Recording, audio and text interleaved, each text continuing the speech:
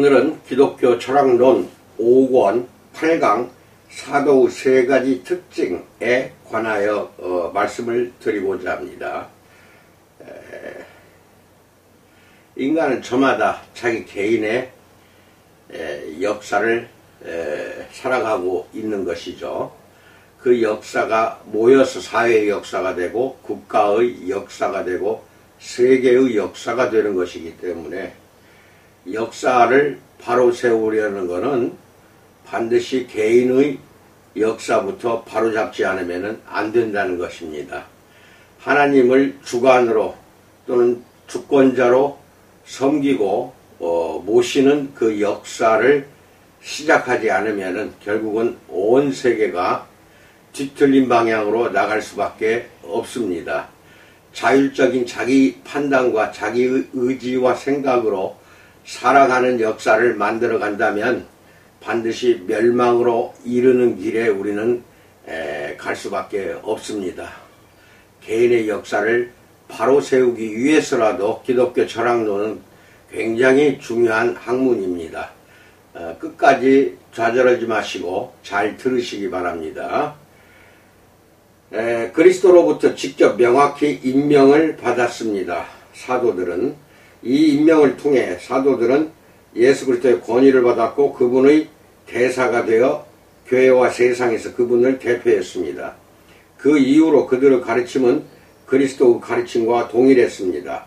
마띠아의 경우 임명은 전체 사도들에 의해 중재되었고 하나님 말씀을 가르치는 것을 기초로 수행되었습니다.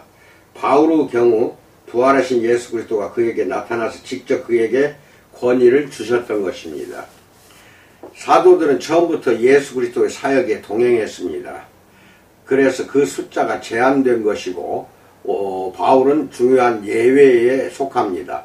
바울은 스스로 자신의 사도직의 비정상적 성격을 인정하고 있습니다. 그러나 오늘날 사도는 없는 것입니다.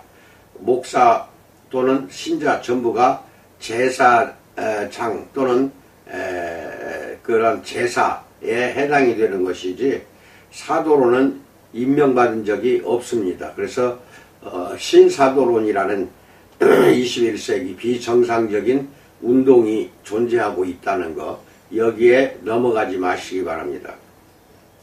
그들은 예수 그리스도의 부활의 증인 노릇을 했습니다. 바울도 이 범주에 부합됩니다. 그가 사도로 위임된 것은 부활한 예수 그리스도와의 특별한 만남에 의해서였기 때문입니다. 바울이 사도들을 교회의 기초라고 묘사한 것은 전혀 놀랄 일이 아닙니다. 그들의 가르침은 모든 시대와 모든 장소에서 교회의 기초가 있을 수 없으므로 고린도전서 3장 11절 사도들이 이 기초를 공유합니다. 왜냐하면 그들의 가르침과 권위는 실제로 그들의 존재 자체가 그리스도로 말미암고 그리스도로부터 위임을 받았기 때문입니다. 개신교 교회가 예수 그리스도에 대한 베드로의 신앙 고백 위에 세워졌다고 주장하는 경향이 있습니다. 그러나 여기서 예수 그리스도는 사도로서의 베드로의 권위를 지적한 것이지 베드로를 지적한 것이 아닙니다. 그 베드로의 권위입니다. 속죄의 의미에 대해서 알아봅니다. 종교개혁 이전에 2가지 주요 흐름이 있었습니다. 첫째는 보편구원론입니다. 예수 그리스도가 모든 사람을 위해 죽으셨다 하고 오리겐 교부는 말하고 있으나 이 보편구원론은 실제 사실이 아닙니다. 보편구원론은 있을 수가 없습니다. 예수 그리스도가 하나님이 선택하신 자들만을 속죄하기 위해 죽으셨다고 주장한 사람들은 어거스틴, 프로스트, 고트셔크입니다. 이것이 바른 겁니다. 예수 그리스도는 하나님이 선택하신 자들만을 그들의 죄를 속죄하기 위해서 십자가에서 달려 죽으신 것이고 부활하신 것입니다. 피터 롬바르드는 모든 사람을 위하여 충분하고 선택된 자들에게만 유효하다라고 말합니다. 즉 모든 사람을 위해서는 충분하죠. 그러나 받은 자들만에게만 유효한 것이 예수 그리스도의 속죄의 죽음입니다. 부처는 여기서는 기독교 신학자 부처입니다. 그리스도께서 선택된 자들을 위해 죽으셨다 이렇게 말합니다. 맞는 말입니다. 선택받은 자들만 위해서 죽으신 것입니다. 아르미우스는 하나님의 선택은 누가 믿을 것인지에 대한 예제에 의해서 좌우된다. 이 말은 틀린 겁니다. 이것이 기반이 돼서 만들어진 것이 감리교입니다. 그러니까 하나님의 선택은 누가 믿을 것인지, 즉 인간이 선택한다는 것입니다. 인간은 예제에 의해서 달렸다는 것입니다. 하나님이 선택한 게 아니고 인간이 하나님을 선택한다는 것입니다. 하나님이 사람에게 믿음을 주시는 것은 그를 선택했기 때문이 아니라는 것입니다. 하나님은 회개하고 믿을 사람을 미리 보시고 선택하십니다. 그러므로 선택이 조건적이므로 속죄도 조건적일 수밖에 없습니다. 예수 그리스도는 십자가에서 고난을 당하셨습니다. 그분의 죽음은 모든 사람을 위한 것이지만 그들이 그분을 믿는다는 것을 조건으로 했을 때에만 해당되는 것입니다. 믿지 않는 사람들을 위해서 돌아가신 것은 아닙니다. 보편구원론이라는 것이 있습니다. 이것은 그리스도가 예외 없이 모든 사람들을 속죄하기 위해서 죽으셨으며 그분의 구원 사역의 결과는 예외 없이 모든 사람들을 구원하는 것으로 보고 있습니다. 이것은 틀린 것입니다. 알비니우스와 그를 따르는 사람들의 견해는 그리스도가 예외 없이 모든 사람들을 구원하기 위해 죽으셨다는 점입니다. 그러나 모든 사람들이 구원을 얻는 것이 아닙니다. 그러므로 예수 그리스도는 십자가에서 실제적인 속죄를 확보한 것이 아니라 모든 사람들을 위한 잠정적인 고난을 당하셨고 그 효과는 신자가 귀의하여 그리스도를 믿을 때 실현된다는 것입니다. 결국 속죄의 의도가 성취되지 않았습니다. 왜냐하면 예외 없이 모든 사람들이 실제로 구원을 받는 것이 아니기 때문입니다. 선택받은 자들만을 위해서 돌아가신 것입니다. 제한된 속죄로 알려진 견해가 있습니다. 예수 그리스도는 선택된 자들만을 속죄하는 의도로 죽으셨다는 것입니다. 모든 사람이 구원을 받지 못합니다. 그래서 지옥이 존재하는 것입니다. 이걸 잘 알고 계시기 바랍니다. 가설적 보편 구원론이 있습니다. 프랑스의 아미로가 말한 것인데 그리스도가 예외 없이 모든 사람들을 위해 죽으셨습니다. 하나님은 모든 사람들이 예수 그리스도를 신뢰하지 않으리라는 것을 아시고 일정한 숫자를 구원하기로 작정하셨습니다. 성령은 구원을 선택한 자에게만 적용하신다는 것입니다. 가설적 보편 구원론이죠. 예수 그리스도는 선택받은 자들의 모든 죄를 위하여 대신 고통을 당하셨습니다. 오직 유효한 속죄만이 십자가는 대리형벌의 사역이었다는 성경적 주장을 정당하게 다루고 있습니다.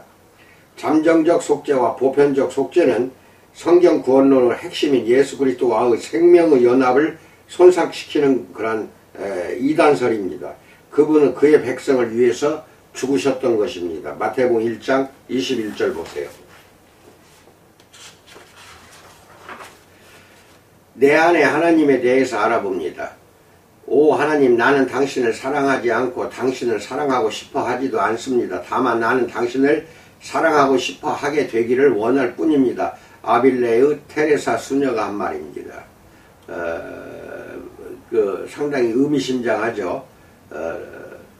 당신을 사랑하고 싶어 하게 되기를 원한다 하는 건 하나님이 먼저 나를 사랑하고 먼저 나를 받아 주셨을 때 나는 사랑할 수가 있다는 것입니다. 프레드릭 뷰크너는 순례자는 꼭 먼 곳까지 이르지는 못했더라도 길 위를 걸으며 희미하고 설있게나마 감사해야 할 대상을 인식하고 있는 사람을 순례자라고 합니다. 감사해야 할 대상을 인식하고 있어야 됩니다. 프로이트는 답할 수 있는 질문만을 제기하고 가르친다고 교회를 비난했고 실제로 그런 교회들도 있습니다. 그러나 그것은 하나님의 방식이 아니었습니다.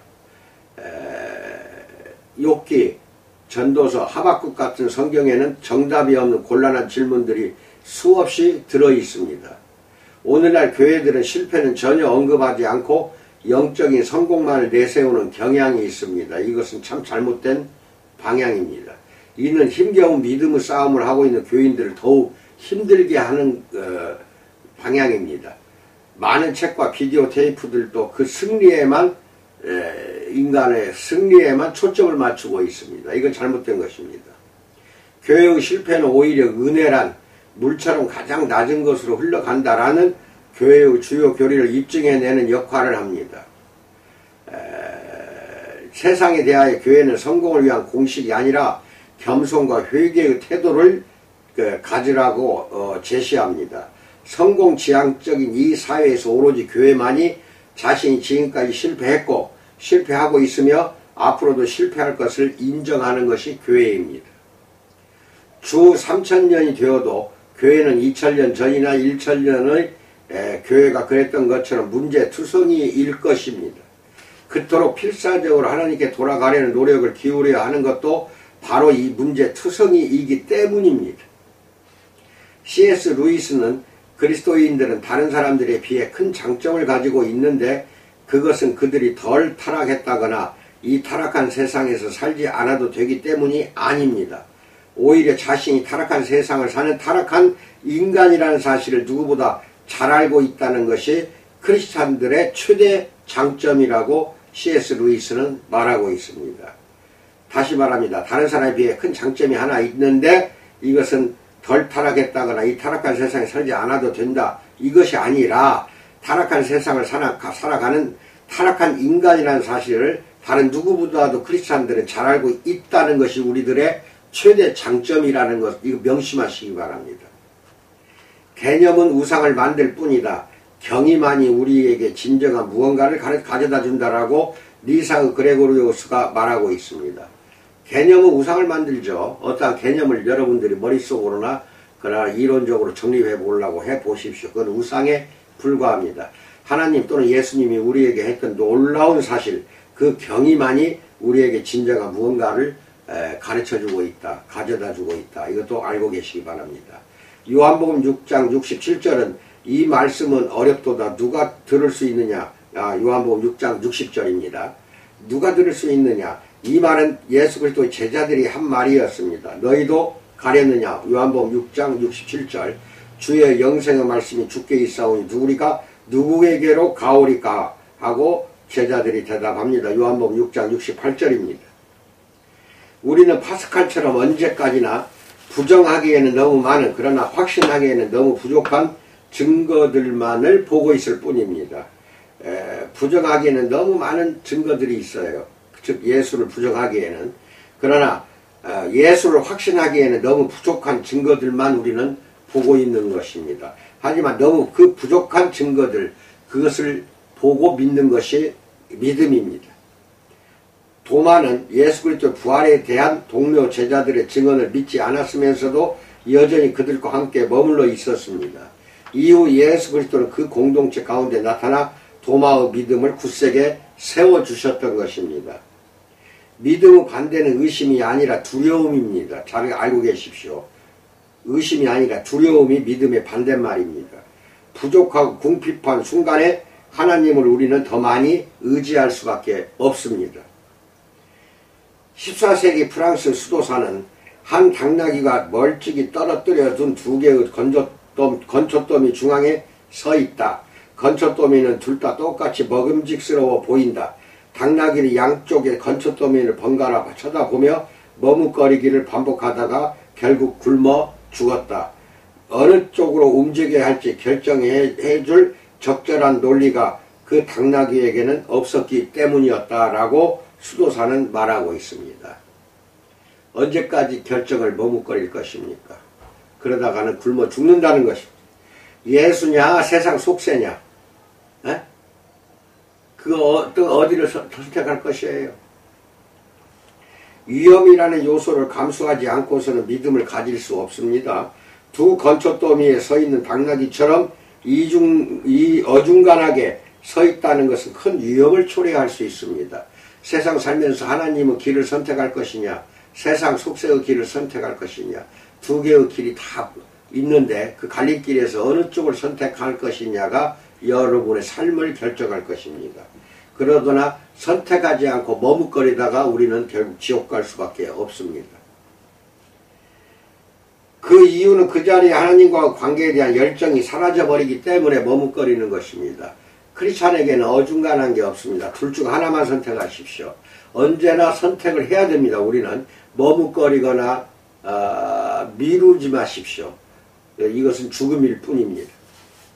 믿음은 목적지가 뚜렷이 보이지 않고 심지어 한 발 앞이 보이지 않더라도 앞으로 나아가는 것을 뜻합니다. 아브라함이 우르 땅 정든 고향을 떠나서 가나안, 어디도 가보지도 않은 가나안 땅을 향하여 점차 없이 길을 걸어갔다는 거.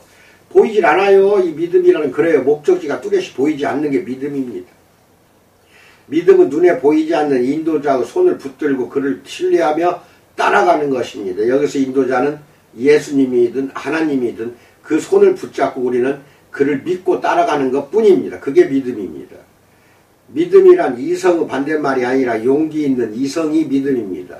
이성으로 판단하려고 하면 안 됩니다. 믿음은 이성을 넘어서는 것이기 때문에 용기가 필요한 이성이다 이겁니다. 그러나 동시에 믿음은 이성 이상의 것이며 이성만으로는 충족될 수 없는 그 무엇입니다. 초월되어 있어요. 이성을. 믿음이 이성 위에 있어요. 이게 믿고 나서 아는 것이 기독교지, 이성으로 알고 난 다음에 예수 믿는 거, 이건 기독교가 아니라는 겁니다. 믿음이 먼저입니다. 믿음은 영적인 것이고 이성은 혼적인 거예요. 혼적인 것을 믿고 따라가는 것은 그것은 우상의 길입니다. 빛이 비치는 너머에도 길은 계속 이어져 있다는 것을 믿고 가는 것입니다. 믿음이 모든 것을 분명하게 드러내줄 것이라고 기대하지 말라. 믿음은 확실성이 아니라 신뢰가 믿음이다. 플래너리 오코너가 이런 말을 했습니다. 믿는다고 해서 모든 것을 분명히 드러내줄 것이라 기대하지 마십시오. 믿음은 확실히 알게 돼야 믿는다. 이게 아니라 신뢰가 바로 믿음이라는 것입니다. 도스토옙스키는 나는 어린아이처럼 예수 그리스도를 믿고 고백한 것이 아니다. 나의 믿음은 이성의 용광로에서 태어났다라고 말합니다. 이성의 용광로에서 탈대로 다 태워지고 난 뒤에 그 다음에 믿음이 발생했다는 것입니다. 나는 믿음을 좋아하지만 믿음은 별로 없다라고 한 시인 앤 섹스턴의 말에 공감합니다. 믿음을 좋아해요. 근데 믿음은 별로 없다라고 솔직히 표현한 앤 섹스턴의 말에 공감한다 이겁니다. 내가 가진 회의적인 성향은 주로 교회를 통해 얻은 것들입니다. 교회에서 들었던 수많은 간증들은 나중에 알고 보니 거짓말들이었고 영적인 지도자들의 위선도 많이 보았으며 기적적으로 병이 나아 하나님께 찬양을 드렸는데 일주일 만에 죽음을 맞은 사람의 이야기도 들었습니다. 회의주의 습관과 믿음의 남용에 대한 강한 혐오감은 여전히 남아있다. 이렇게 그 시인은 말하고 있습니다. 잘 들으십시오. 우리도 이와 여기에 해당되는 거 아닌가 모르겠네요. 보고 듣고 그 다음에 믿음이 성장한다고 생각하지 마십시오. 보고 듣는 거는 믿음이 절대로 잘하지 않습니다. 간증을 수없이 들었다고 해서 여러분 믿음이 성장합니까? 그 다음에 기적적인 치유나 이런 죽어가는 사람이 살아나는 거 여러분 보았다고 해서 여러분 믿음이 살아납니까? 자라납니까? 응? 이건 회의주의가 아닙니다. 믿음은 그것이 보고 믿는 것이 아닙니다. 보고 귀로 듣고 눈으로 보고 그리고 믿어요? 이건 믿음이 아니에요. 믿음은 보이지도 않고 귀로 들리지도 않습니다. 그래도 믿는 거, 정처 없이 어느 길이 우리가 갈 길인지 모르고 걸어갔던 아브라함처럼 그렇게 걸어가는 길, 그것이 믿음의 길입니다. 그들은 기름 부음 받기를 갈구하며 성경에 나오는 모든 훈계를 충실히 따르는 사람들이었지만 고통은 조금도 사라지지 않았고 믿음에 대한 상급도 주어지지 않았던 것입니다. 믿음의 선조나 조상들이 걸어갔던 그 길을 우리는 그 사람들을 일생의 역사를 통하여 알 수가 있잖아요. 아브라함뿐 아닙니다. 믿음의 조상들은 다 그렇게 보이지 않는 길을 걸어갔던 사람들입니다. 레슬리 뉴비긴 목사는 하나님이 주시는 것보다 더 많은 확신을 품으려고 애쓰는 것은 하나님을 시험하는 행동입니다. 이렇게 이야기하고 있습니다. 하나님 주신 것보다, 이것은 성경이잖아요. 그 말씀보다 더 많은 확신을 자꾸 품으려고 애쓰는 것은 하나님을 시험하는 행동이라는 것입니다.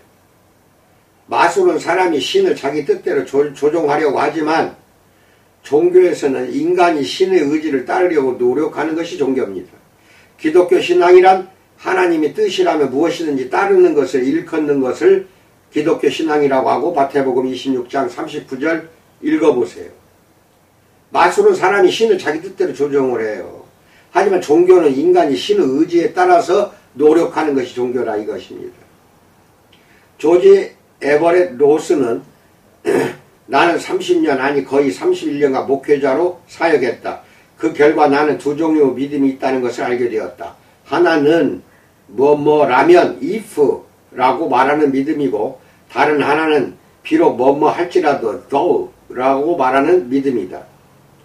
이게 뭐뭐라면 비록 뭐뭐 할지라도 둘 중에 하나의 믿음을 선택한다면 여러분 어떤 믿음을 선택하실랍니까? 뭐뭐라면 나는 믿겠어. 또는 비록 뭐뭐 할지라도 나는 믿겠어.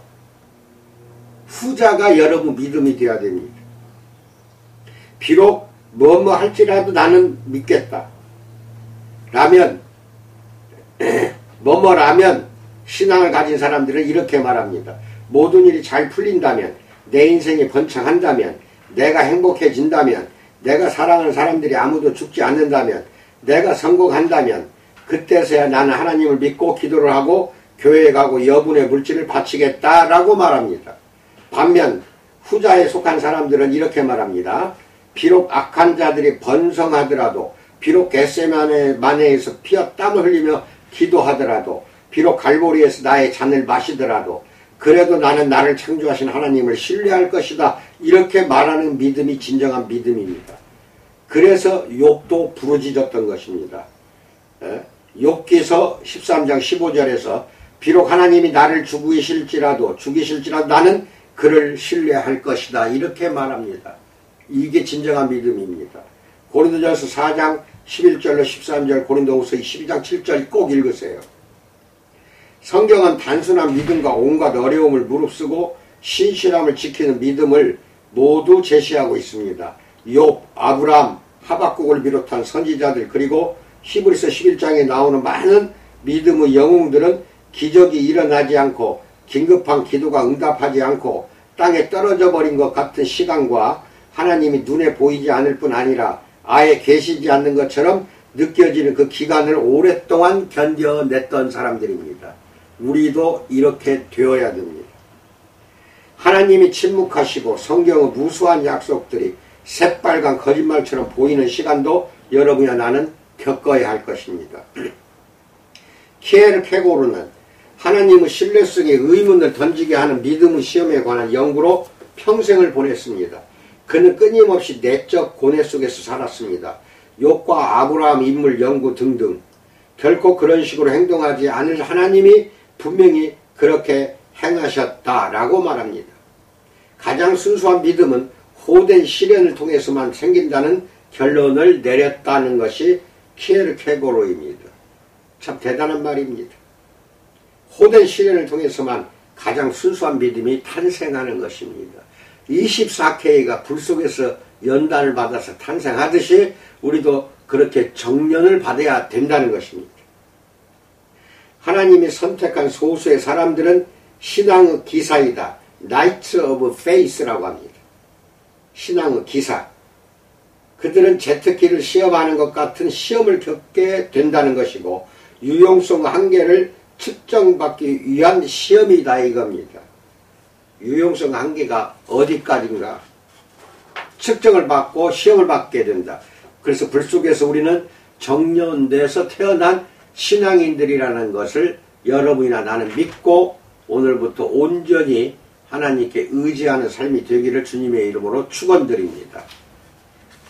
감사합니다. 여기까지 8강을 마치고 내일은 26쪽을 펴놓고 또는 듣고 나서 나중에 꼭 읽으셔야 됩니다. 책은 듣고 나서라도 이 26쪽부터 내일부터 하는 거. 오늘은 25쪽까지 했어요. 22쪽에서 25쪽까지 했습니다. 잘 기억하시고 꼭 읽어보시기 바랍니다. 감사합니다.